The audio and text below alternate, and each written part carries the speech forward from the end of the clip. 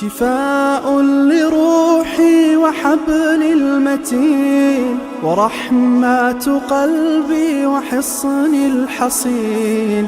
شفاء لروحي وحبل المتين ورحمة قلبي وحصن الحصين. وأمن حياتي وخير الدليل إذا تهت يوما مع الحائرين. فقرآننا هدينا والحبور وبشر يسلي الفؤاد الحزين. وفي الليل عند احتلاك الظلام سيبزغ منه الضياء. أعوذ بالله من الشيطان الرجيم. بسم الله الرحمن الرحيم. الحمد لله والصلاة والسلام على رسول الله وعلى آله وصحبه ومن والاه. أما بعد.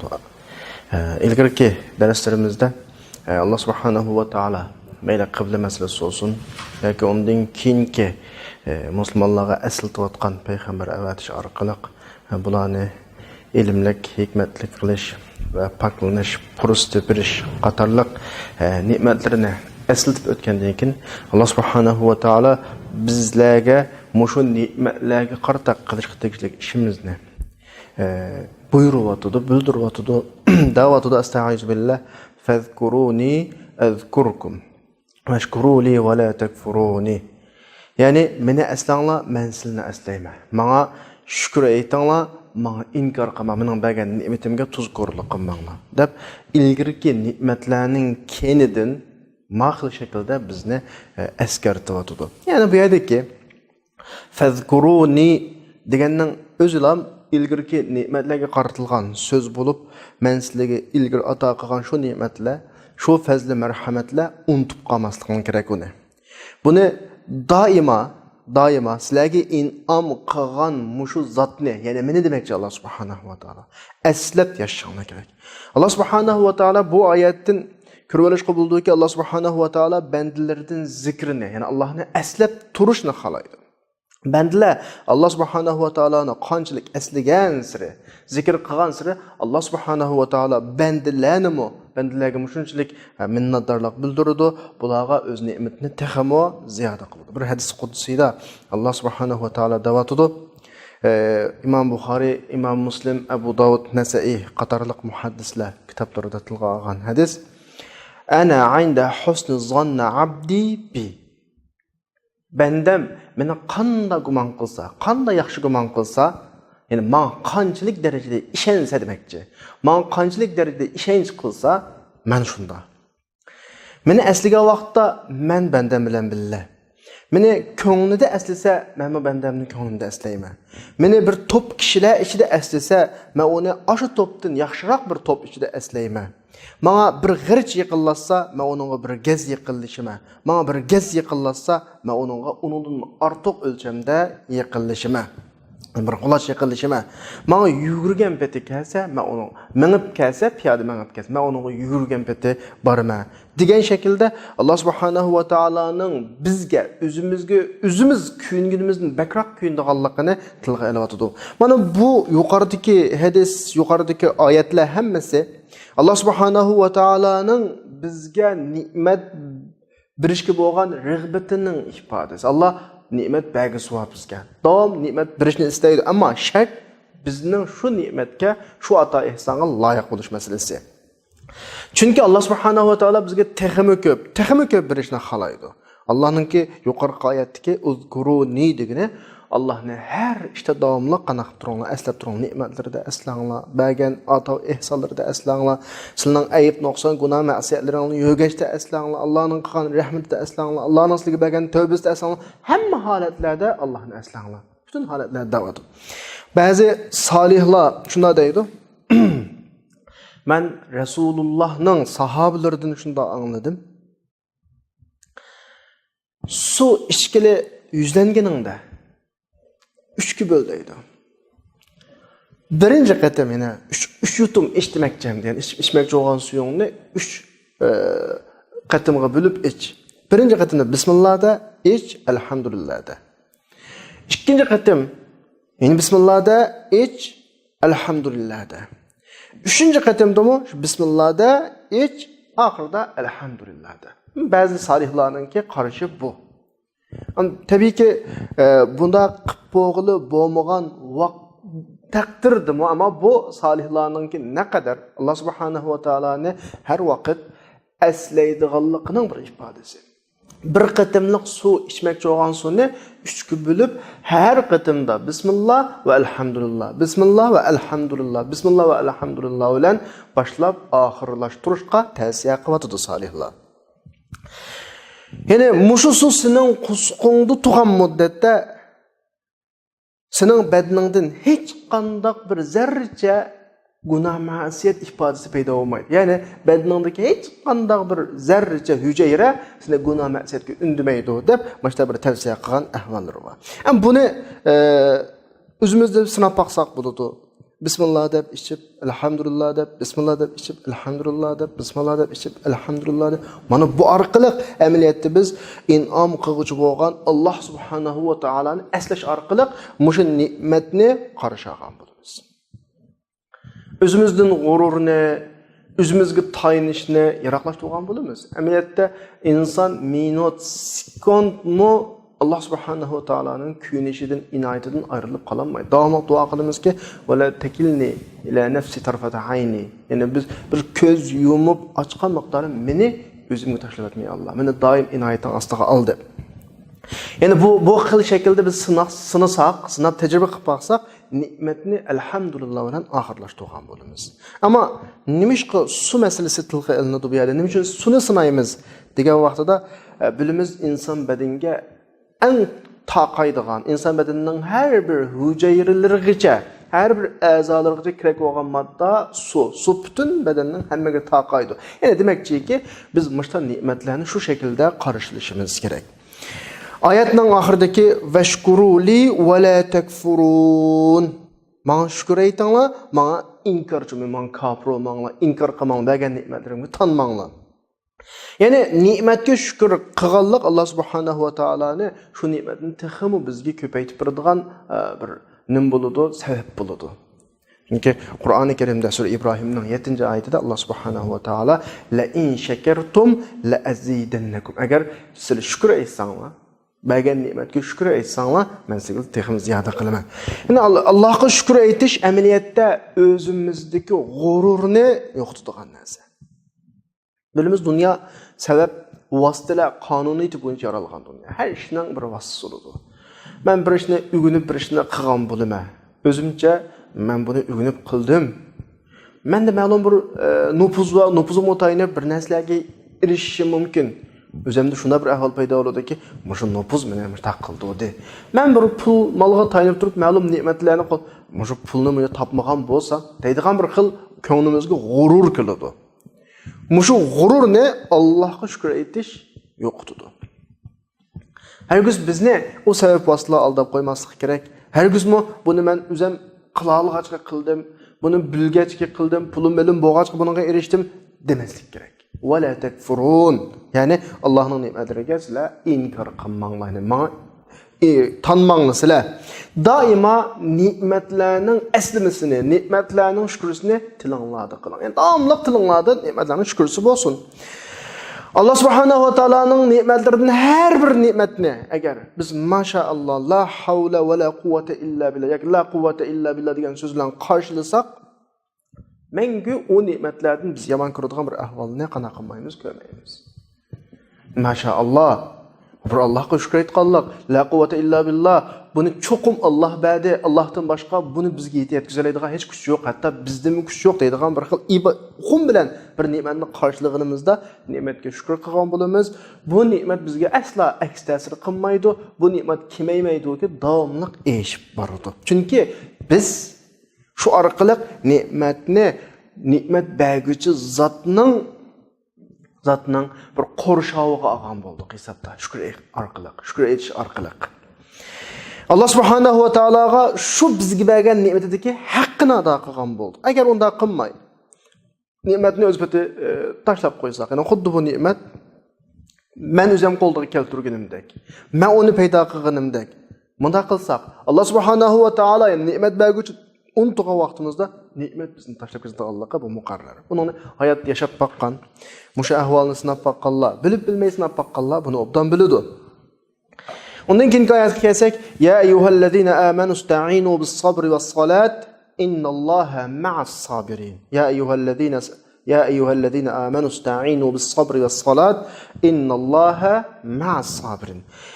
Ey iman etgan kishilar, ya'ni ey mu'minlar, sizlar sabri va salat bilan bu yo'llarni davomlashtiring. Bu yerda sabr, salat ikki xil ifoda bor.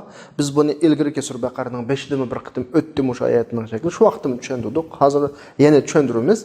Sabri odamdagi chidamchanlik degan ma'noda bo'ladi. To'g'ri, ba'zi bir ishlar Alloh subhanahu va taolo bizni taklif qilgan ba'zi bir yo'llar bizga azoq jafo bo'ladi.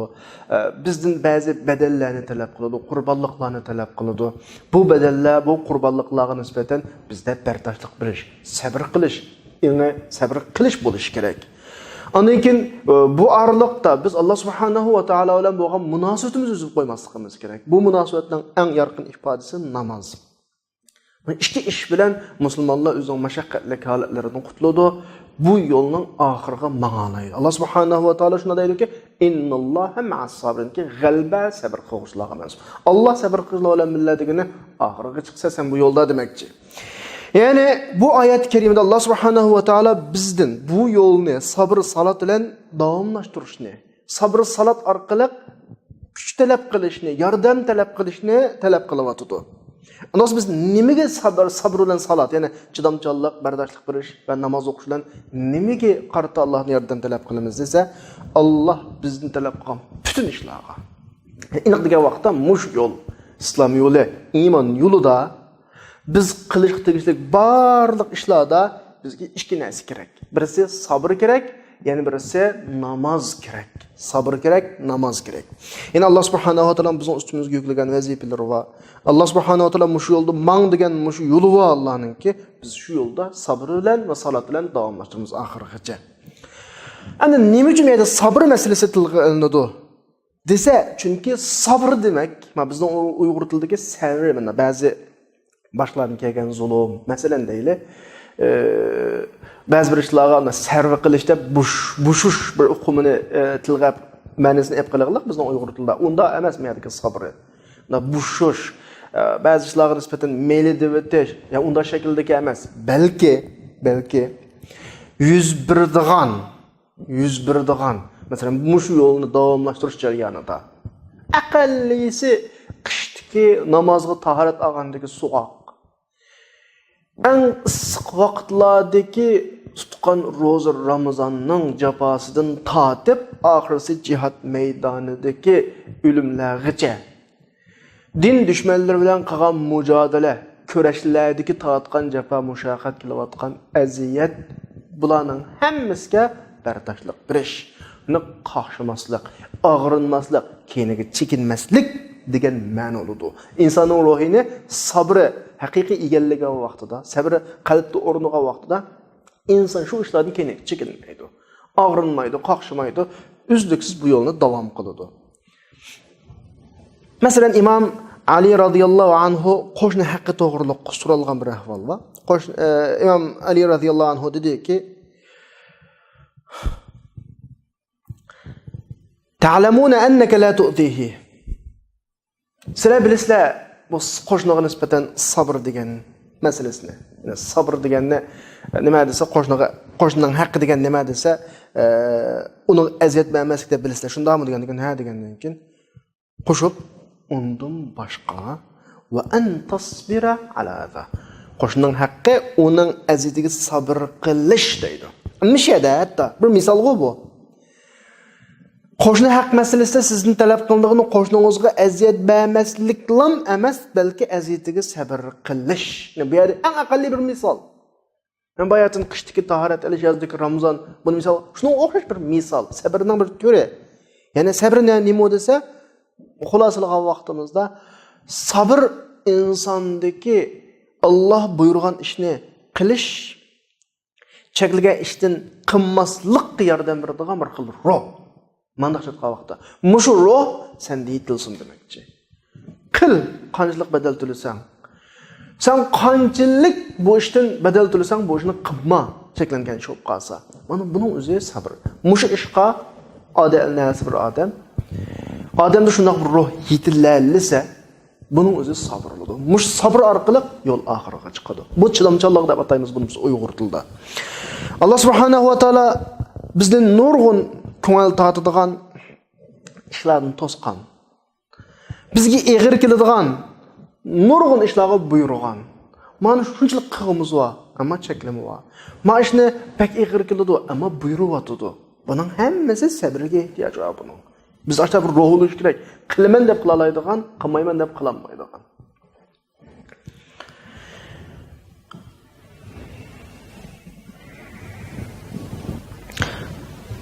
Biz mushu chidamchanlik ruhi bilan Alloh ko'rsatgan bu yo'lda mengaganda bu yo'l bizga nisbatan bir odatga aylanadi. Ya'ni nimaga aylanadi desa, bizning kunlik hech qanday bizga eg'ir kelmaydigan bir narsaga aylanadi. Salihlarning biri o'zining duosi deydi. Allohumma inni as'aluka alla takilani ila nafsi. Allohumma inni as'aluka alla takilni ila nafsi. Ey Allah, men senden so'rayman, meni o'zimga tashlab qo'yma. Men qo'rqaman ya Rob. İtaatda davam qılamasdan qo'rqaman. Yani bir acayip inçki noktadan birisi var.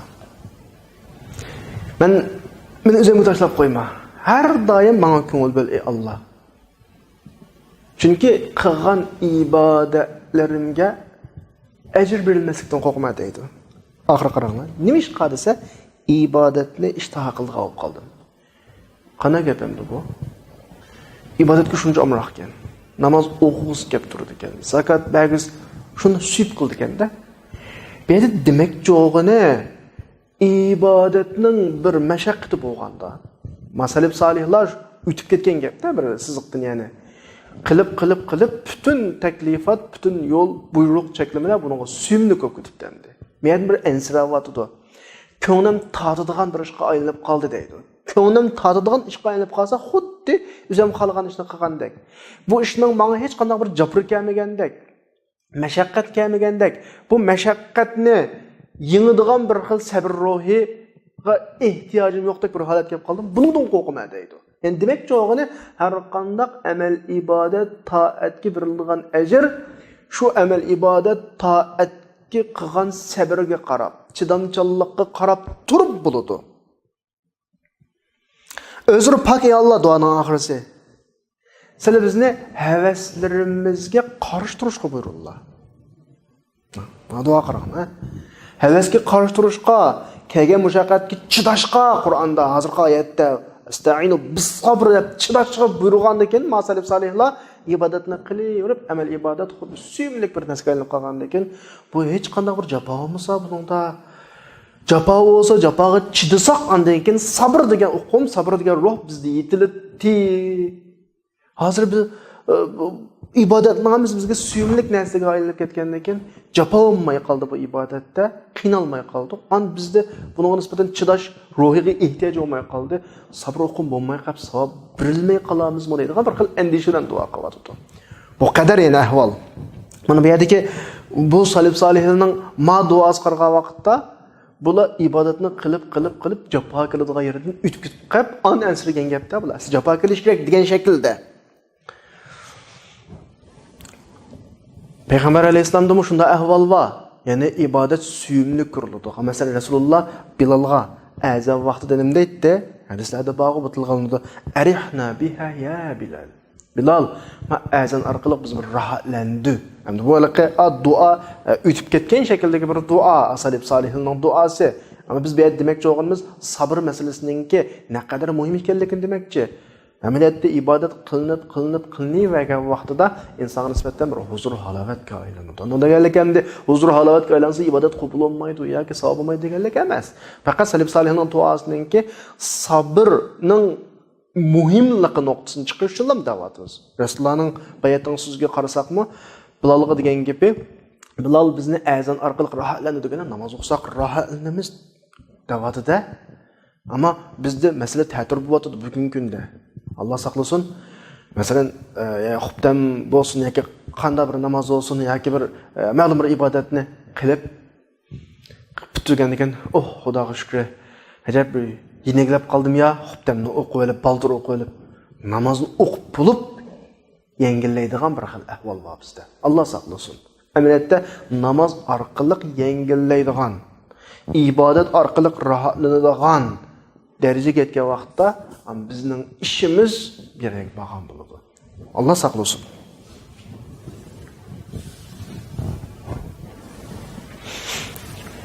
Bu xatarli ahvol. İbadetning insonga ig'ir kelishi, rohatlanmasligi. Chunki ibodat demak bandaning Alloh subhanahu va taoloning oldida turishi demak u. Allohning oldida tudi deganning o'zi hamma ishlar qulayliqlashdi. Butun ishlar osonlab ketdi. Endi sen rohatlanding degan gap. Chunki sen Allohning oldida turyapsan. Ilgirki abidlarning birisi shunda deydi: "Men Allohga bandilikim bilan yüzlenmeyme deydi." Yani bu gaplarning bir hikmeti var. Ama Allah'ның Rablığı bilen yüzlenme. Demek ki o ne? Ben ibadetimni kütürep bağmayım. Allah'ның aldığa, Xudalıqı ibadetini göz kılğa okum ne demek işte? Belki Allah subhanahu wa ta'ala'nın bana bergen bütün nimetler asaslı barına devatıdır. Allah'ның rububiyeti bilen Allah'a yüzlenme degeni, Allah beni yaratıptı, Allah anamның qusquduk vaqtidan tatib dunyoga chiqqanidan tatib menga rizq beribdi, meni sap-saq bijrim bir inson qilibdi, dunyoda men ketarlik ishlarning hammani hozirlabdi. Men Allohning qish qilmay nima ish qilaman deydigan bir uqum bilan boraman demakchi, ya'ni. Shunog'ani rohatlanma, chunki Alloh mening Robbim va olamlarning Robbi. Bu Alloh subhanahu va taologa nisbatan o'z tuyg'umoqchi, u mening Robbim, men uning bandasi. Meni yo'qdan bor qilgani Allah, dunyoga kelgani Allah, bugungi kunda yashayotganim Allah, jinimni oldig'anim Allah, qiyomat kuni so'roq oladiganim ham Allah, jazo mukofotirini ham Allah. Undan keyin nima bor mening boshqa degan bir uqum bilan o'zlik masalasida shu rohatlanadigan gap. Ne o'ylasak, bir dadasi va odam. Dadasi va odam. Xili g'am olmaydi. Dadasi va odamni tushunadi buni. Onun işlerini kıpırdıgan dadısı var. Gımını kıpırdıgan, çıkımlarını kıpırdıgan dadısı var. Bir dadısı var, insan gam kılmağa yerde Rabbu var, insan nemeden gam kılsın? O zaman bir məxluq, dada. Bana okşaşla. Dadam buluşulan xud bir tığım bağdak üylengeli. Bir xil gam yoqalığa yerde hemminin ilgisi olgan, bütün kainatının Kudret, melekut, semavat vel ard onun ilgili doğan Rabbim boğunu da asla mening g'amim bo'lmaslik kerak. Oyatning oxiridagi innallaha ma'as sabirin. Yani Allah sabr qiluvchilar bilan biladigini g'alaba bu yo'lning oxirisi shu kishilar bilan bo'ladi. Yani Allah subhanahu va taolo bu oyatda hayotga Allohni elib yuzdan da'vat etadi bizni. Hayotda yasha, bu yo'lni davom qil, Allah qishingda olsun da'vat etadi. Allohning qishimizda bo'lish uchun cho'qim bizda chidamchanlik, sabr ruhi bo'lish kerakda. Amaliyotda kuch qudrati g'oyat zo'r bo'lgan, cheksiz bo'lgan zot bizning qishimizda bo'lsa, oldimizga har qancha mushkulotlar kelsin, har qancha qiyinchilik kelsin, bizga nisbatan hech nima emas. U vaqtda biz roz nima bilan, shajoat bilan, ruhli holatda yuzlanimizda insonlar dunyoda boshda keyinda bir odamni uylaydigan cho'ng bir orqa tirak, kuchli orqa tirak bo'lganda qo'rqmaydi odam maydonda. İnsanlar oturusdagi masala. Hamda qishimizda Alloh o'g'a vaqtda tabiiy biz shajoatlik, botur, qahramonlik bilan yashay olamiz dunyoda, ishlarga dodillik bilan yuzlana olamiz. Unda vaqtda Allah madem biz bilan birga bo'lgan ekan, bizning oldimizda hech kim tura olmaydi. Hech kim turishga jur'atni ham qila olmaydi. Faqat bo'layotgan ishlar bizni qo'rqitib, jonimizni siqib qo'ydigan vaqt qanday vaqtda bo'ladi desa, Rabbimizning parvarishidan ajrab qolgan vaqtimizda. Biz bilan birga Rabbimiz bor degan uqum bizdan yo'qolgan vaqtida an biz qo'rqila boshlaymiz. Biz bo'layotgan hadislar, bo'layotgan ishlar hammasi shu vaqtda bizga tahdid sag'ila boshlaydi. Ama Madam Rabbimizning parvarishida bo'ldi ekanmiz, Rabbimiz bizlar har doim birga bo'ladi ekan, shayton faqat jur'at qilolmaydi bizga. Hech kim jur'at qilolmaydi. Shuning uchunki shayton degan o ojiz amaliyotda. Shaytonning Qur'onda xannas deb sifati bor. Vasvasil xannas. Xannas degan nima? Xannas ojiz degan ma'noda. Ya'ni biz qachon Allohdan g'ofil qolganimizda, yolg'iz qolganimizda, shu vaqtda jur'at qilib keladi shayton bizning qashimizga. Ammo Allohni o'zimizning qashimizga olgan vaqtimizda u ojizlashadiganligi aniq. Uning hech qanday kuchi yo'q. Alloh subhanahu va taolo bilan jangga kirmaydi u. Alloh bilan jangga kirmaydi u. Faqat kim bilan kiradi? Maxluq bilan kiradi. Biz Allohni aslab turgan vaqtimizda, Allohni qashimizga olgan vaqtimizda aslo yiqilisholmaydi. Chunki u jur'at qilolmaydi Alloh bilan jangga kirishga. Qachon biz Alloh bilan bo'lgan munosabatimiz uzilib, Allohni zikr qilishlarimiz ozlab, undirib Alloh bilan orliqimiz yiroqlashib ketgan sira yolg'iz qolamiz. Shu vaqtda mana endi fursat keldi deb shayton shu vaqt keladi qashimizga. Avib shayton uchun cho'ng fursat yaratilganligi bo'ldi. Shunga sura Sotninki 82-83-oyatda shaytonning kimlarga hujum qilganligini bunday hikoya qiladi. Qala fa bi'izzatika la ughwiyannahum ajma'in. Shayton davotidi.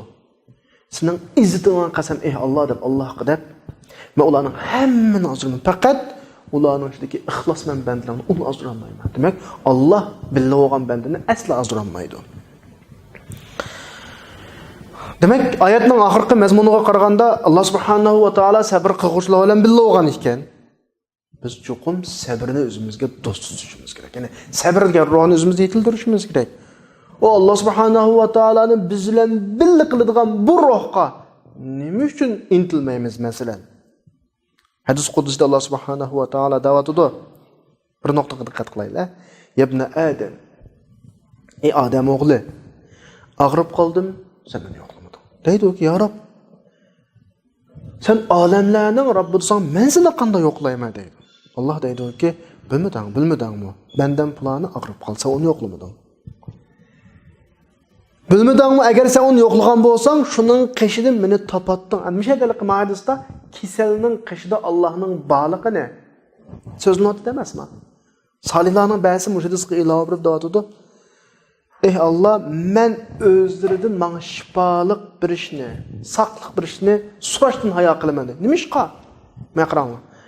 Allah kasallan bilgan lekin as-solihlar kesimimden saqaytib qo'yslar, menga shifolik vaslar deganlik xuddi sizlan bilolmayman deganlikdek bir xil tuyg'udan qo'rqib. Bunda aytdi, men kesimimden shifolik tilashdan hayo qilaman deydi. Demak, musha hadisdan chiqqan shu Alloh bilan birga bo'lishga solihlar shuncha oshiq bo'ldiki, biz endi bu sabrchanlik bilan Allohning bilinligini qo'lga keltira olamiz. Xuddi hadisda kasallar Alloh bilan birga bo'lgandek, sabrchanlarmi Alloh bilan. Oyatning oxirida aniq bor. Innalloha ma'as sabirin deb. Undan keyin biz o'zimizda sabrchanlik, bardoshlik, birish, chidamchanlik ruhini yetildirish orqali Allohning bilinligini qo'lga keltirishimiz kerak. Allah subhanahu va taolo oyatning oxirida takrar aslatish uchun da'vatime innalloha ma'as sabirin. Biz tabiiyki Alloh bilan birga bo'lishni istaymiz. Oyat bizga ajoyib umid bag'ishlaydigan oyat. Biz hayotimizda qanchalik mashaqqatga uchraylik, nima ishlar duch kelsin bizga, Alloh doimo biz bilan birga. Buni unutmasligimiz kerak. Shuningga chidamchan bo'lganimizda bizni Allohning qashimizda topadiganligimizga ishonchimiz bo'lishi kerak. 154-oyatda Alloh subhanahu va taolo deydi: "Va la taqulu liman yuqtalu fi sabilillahi amwat bal ahya walakin la tash'urun." Yani sizlar Allah yolunda öldürülgenlerge ölük demanglar, belki ular tirikdir ama sizlar bilmeysizlar. Yani ayet sabr haqida gap qildi. Ne'matga shukr qilish haqida gap qildi. Yana shu sabrning oxirgi ifodalaridan birisi bo'lgan Alloh yo'lida o'lish masalasi sabrga munosabatli kelyapti.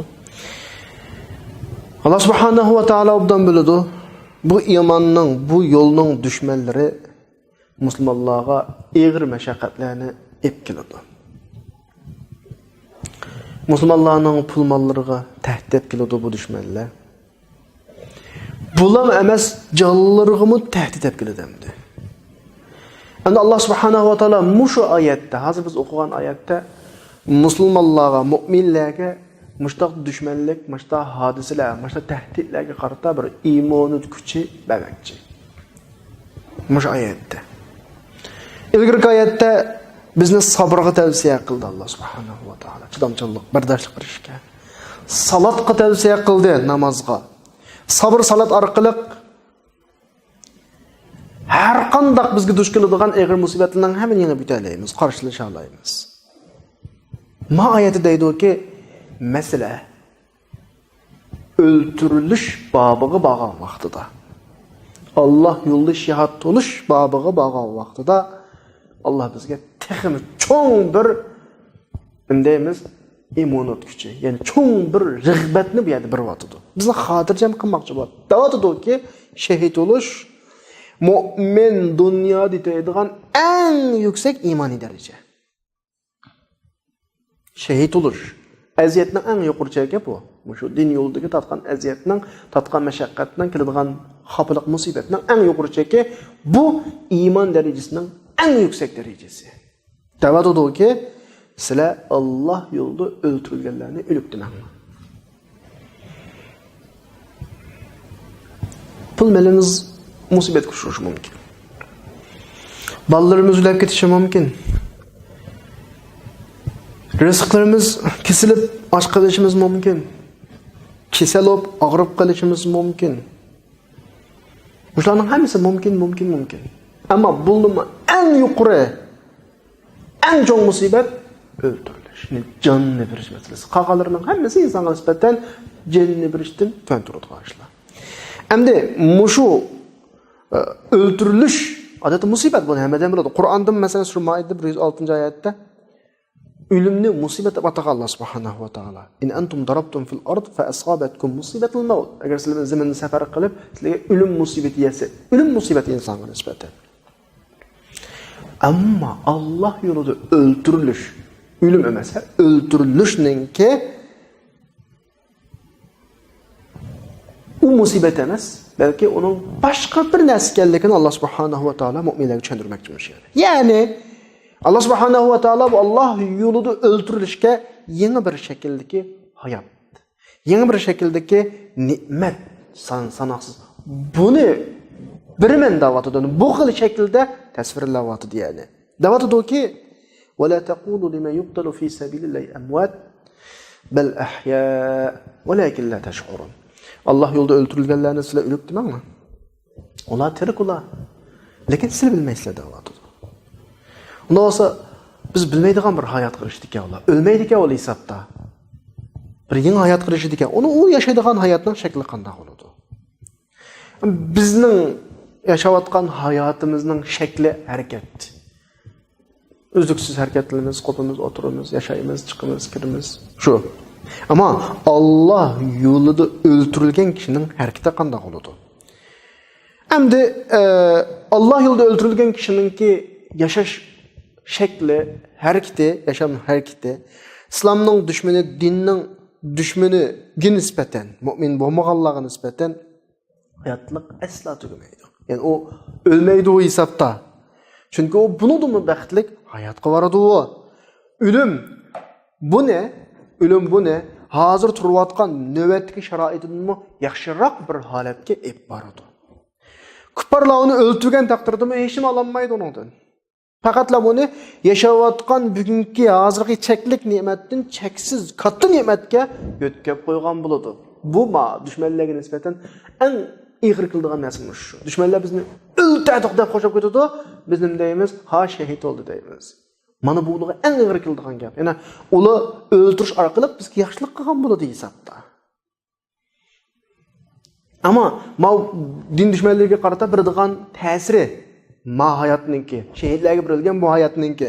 Ammo mu'minlarga nisbatan bu orqali mu'minlarga shahidlar o'lish orqali Allah'ның dunyodagi manhajini himoya qilishga bir kishilik hasna qo'shgan bo'ladi.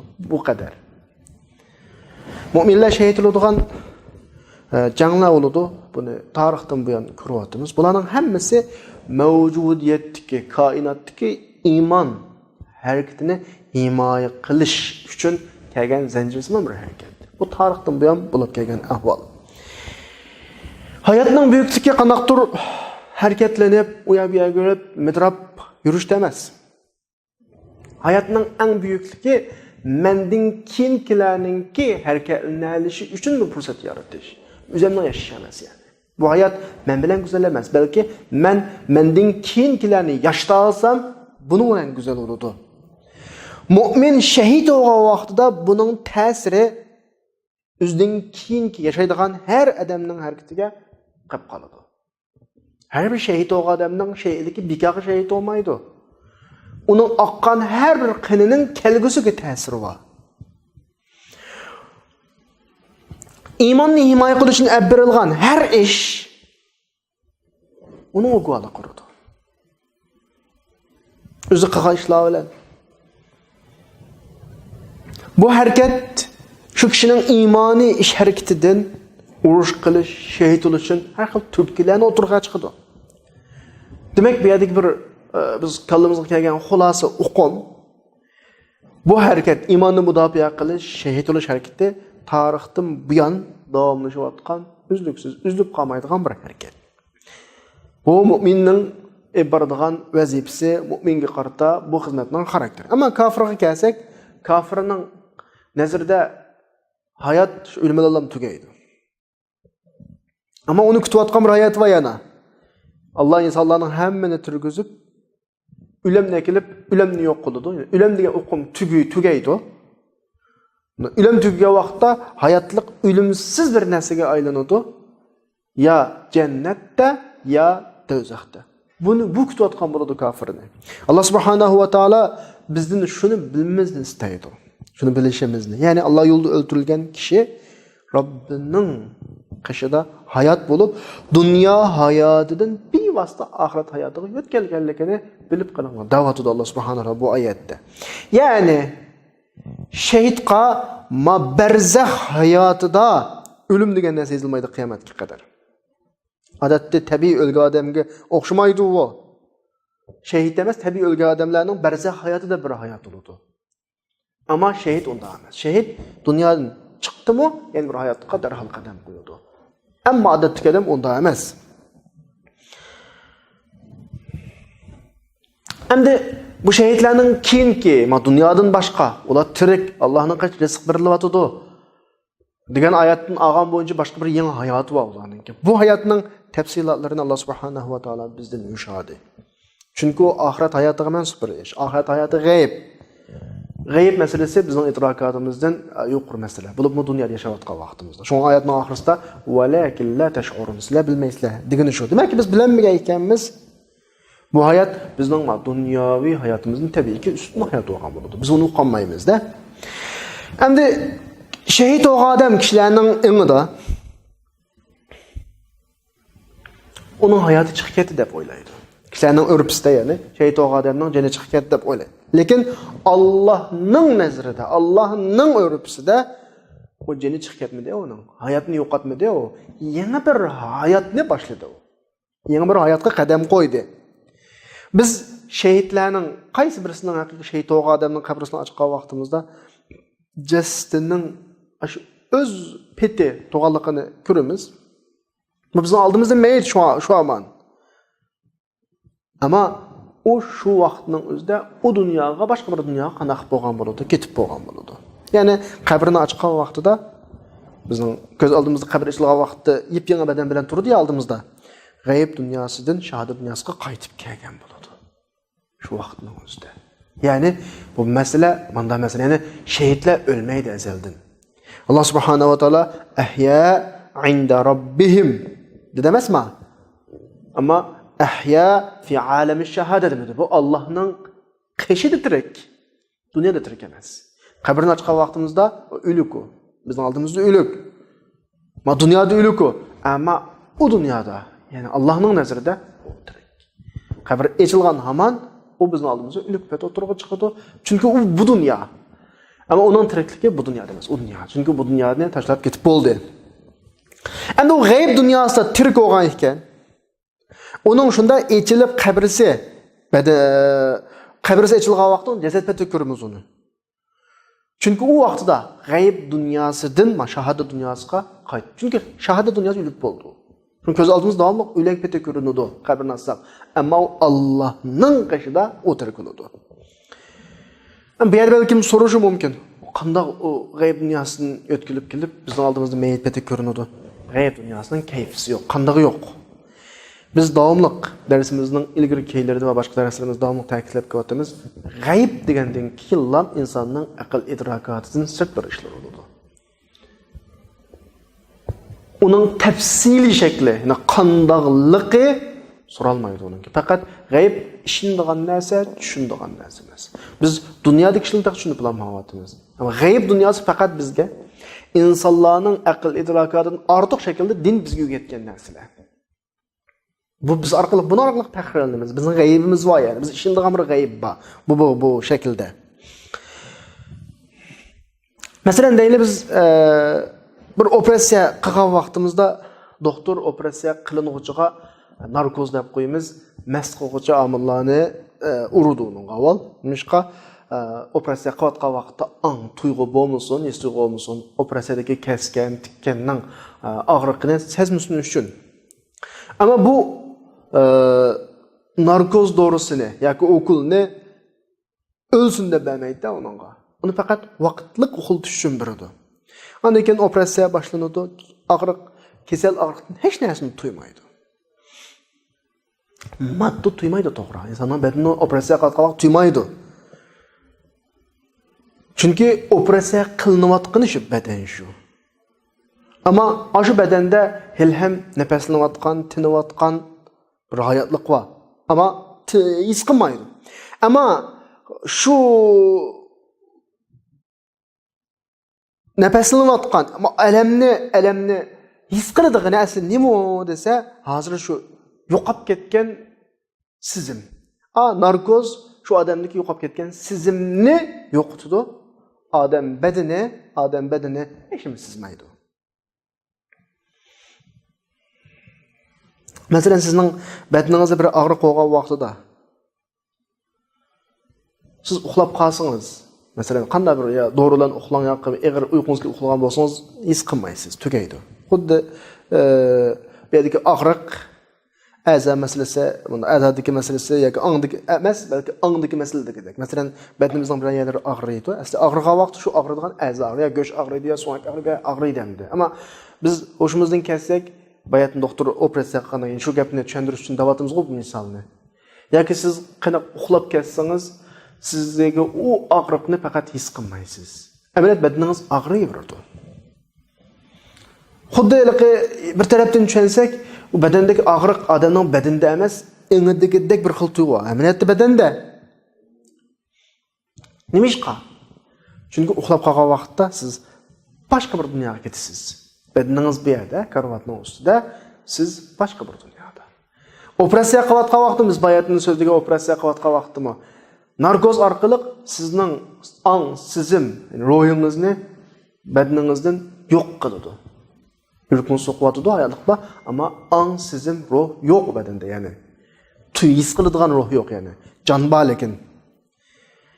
Tabii ki insan ruhi bilan bedeni birleşken, insonga sizime qaytib kelgan dünyanın qonuniyati bilan insondagi sizim ruh bedendan ayrilgan vaqtki yeni bir dünyanın qonuniyati asla o'xshamaydi. Kichik dunyo o.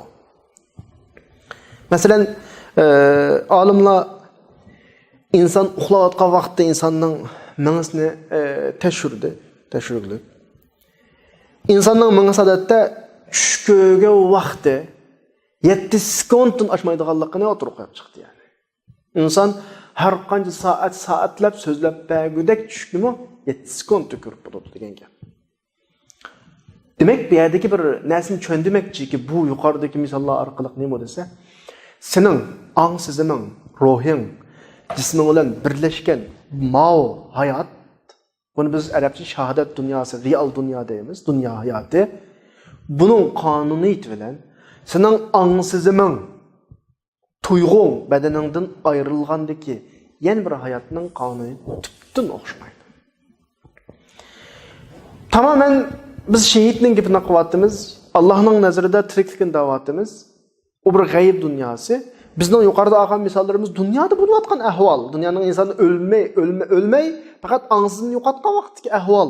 Bu qadar o'g'ay yerda insonning butun badanidan ruh bir butun ajrab chiqib ketgandan keyingi yana bir dunyoning ahvoli tubdan o'xshamaslikqa bo'yina. Faqat bu masalani texmiz zihnimizga yaqinlashtirish uchun aklayotimiz bu misollarni. Ya'ni bugungi oyatda Alloh subhanahu va taolo shahidlar Robbining qishida tirik degan bo'lsa, tabiiyki bu tiriklikni, ularning qaysi xil hayot yashaydiganligini Allohning qudrati bilan o'lchishimiz kerak. Allohning qudratining ne qadar buyukligiga ishondikmi, bo'ldi bizga hech narsani tushunish qiyin kelmaydi. Alloh subhanahu va taolo bizga qiyomat, tirilish masalasini yaqinlashtirish uchun uyquni misolga oladi. Sura Zumarning 42-oyatida Allohu yatawaffal anfusa hina mawtiha.